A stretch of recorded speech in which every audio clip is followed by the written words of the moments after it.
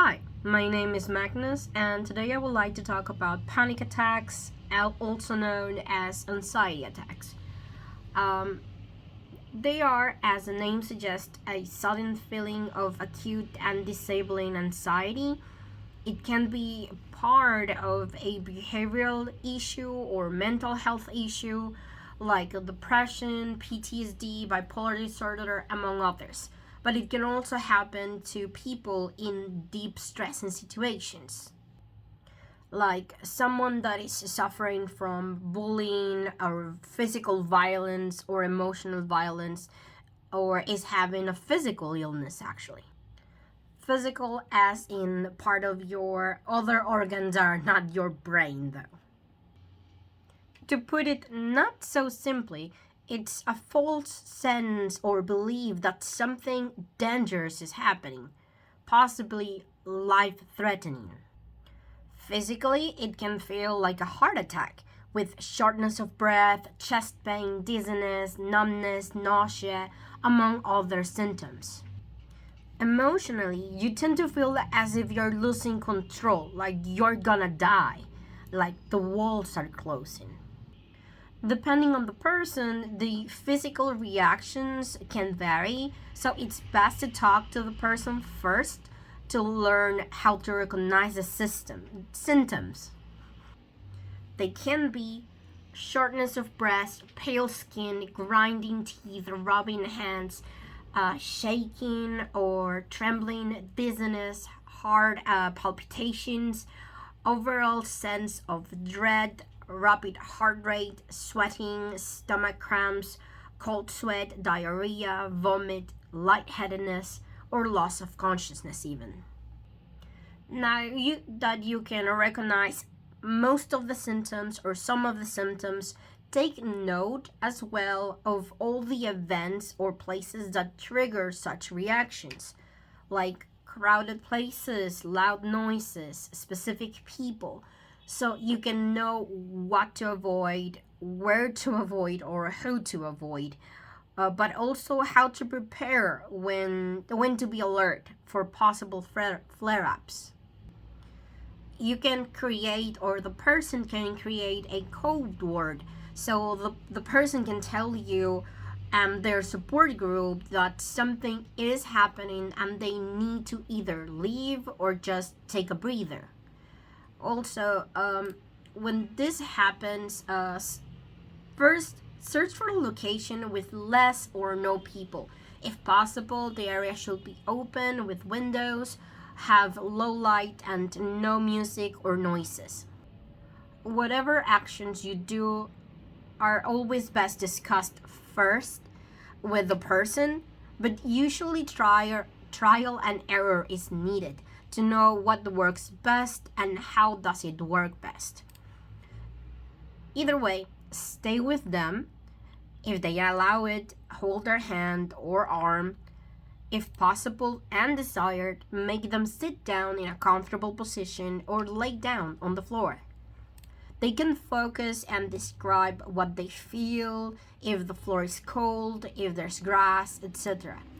Repeating phrases like "I am here," "you are safe" will remind them that there's no actual danger. Help them ground themselves by asking them to word their physical feelings and emotional feelings. Offer water to drink slowly, short swallows of it. Ask them to describe their surroundings, focusing on their breathing. They can inhale for 4 seconds, holding their breath for 7 seconds, and then exhaling for 5 seconds. The timing for the seconds can vary. I have found multiple recommendations that say different numbers. It, again, trial and error. Maybe ask them to recall happy events or places or things that makes them happy. Can they describe them to you? Using the 5, 4, 3, 2, 1 technique, you can make them focus and say 5 items that they can see, 4 items that they can touch, 3 that they can hear, 2 that they can smell, and one that they can taste. The same way, you can ask them to name 10 items for each color, like blue, red, yellow, green, and white. Also, you can ask them to count from 1 to 10, or ask them to perform simple math calculations, or maybe recite the timetables. You can also ask them general questions like who's the president, what date is it, what day is it, where are they? These questions and exercises will not only help them to ground themselves and to focus on something tangible, or that it veers them out of the stress or panic, but it can also help you to assess their mental status. If they're having confusion, if they know where they are, or how are they feeling, if they need any other help. If the person suffers with chronic panic attacks, you may want to suggest they visit a psychologist or psychiatrist, or maybe their GP, to assess the reason for them. If so, remember you don't control their lives. Even if you are their parent, they're not children. If we are talking about 16 plus kids, but either way, even if they are minors, you have to be very kind, yet not patronizing. Like remembering them, there's nothing wrong with professional help, and they are not weak or less for needing it. Sometimes medication might be needed, and again, it's nothing bad, and always remind them it's just like taking meds for a headache or a stomachache. A good way to phrase it will be to ask them what they want and what they feel they need.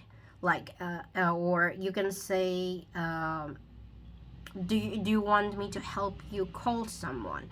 Do you need me to help you find a psychiatrist, find a psychologist? Do you feel you need this kind of help? I mean, if it's chronic, they are continuously having this horrible sensation, so they know something is going on, but they need to also control something in their life. Again, the panic attack is partly done because they feel they're losing control. You wouldn't help if you're trying to control their life more than the panic attacks, right? At the moment of the panic attack, no matter what, try to remain calm. Not only to focus on what they are needing, but also to project it to the person, to the affected person. And what not to do. Do not say or demand to calm down, for them to calm down. Don't elevate your voice or show irritation or frustration. Do not make assumptions of any kind. If they vomit, lose consciousness, or have chest pain that stays for more than 2 minutes, call 911 or the emergency line of your country. Panic attacks can last from 15 minutes to 2 hours, so be patient and reassure them. Not only that they are safe, but they can leave the area if they want to. They can remove themselves from the situation, and they're not gonna be punished or shamed for it. It can be very painful and scary and even shameful, even though there's no reason for the last one. So talk to them to know how best to help them. Personally, I have had some panic attacks. They are not as constant. I wouldn't say it's chronic, but definitely I have had them. And what has helped me the most is not the exercises per se. It was more knowing that I had a support system, knowing that my sister or my sis bro were going to be there for me, and they're going to understand when I remove myself from the situation. And they're not gonna shame me for leaving, or I'm not gonna feel judged for leaving. Because if you felt if you felt like you couldn't move away and you had to force yourself to go through it, it could only get worse. So it's best, as someone outside of the panic attack, to try and remain calm and assert your support to that person. And as a person that suffers from the panic attacks, you can also use the same exercises. You can have a notebook with the exercises written down, so that you can pull it out if you can, or you can remember them, and trying to ground yourself and try to calm down yourself as fast or as slowly as you can.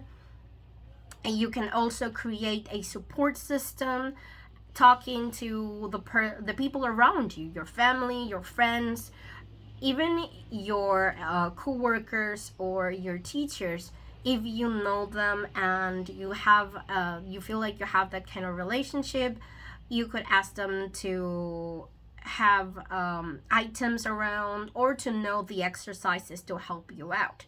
There's many options, and like I said, you can always contact a professional, like a psychiatrist, a psychologist, a therapist, that can help you learn tools to move away from those panic attacks, either to avoid them or to know how to recover after them, and how to lessen the effects when they're happening. I hope this video is of help. If you have any recommendations, feel free to comment them down below.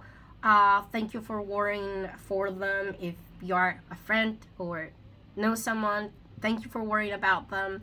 And if you suffer from panic attacks, you're not alone. You are no less. You're not weaker. It's just chemicals in your brain. It's a leftover thing from millennia ago, but it's okay. You can fight it. Just reach out, talk to people, and again, support system, very important. So again, I hope this video was of help. Thank you for watching, and see ya.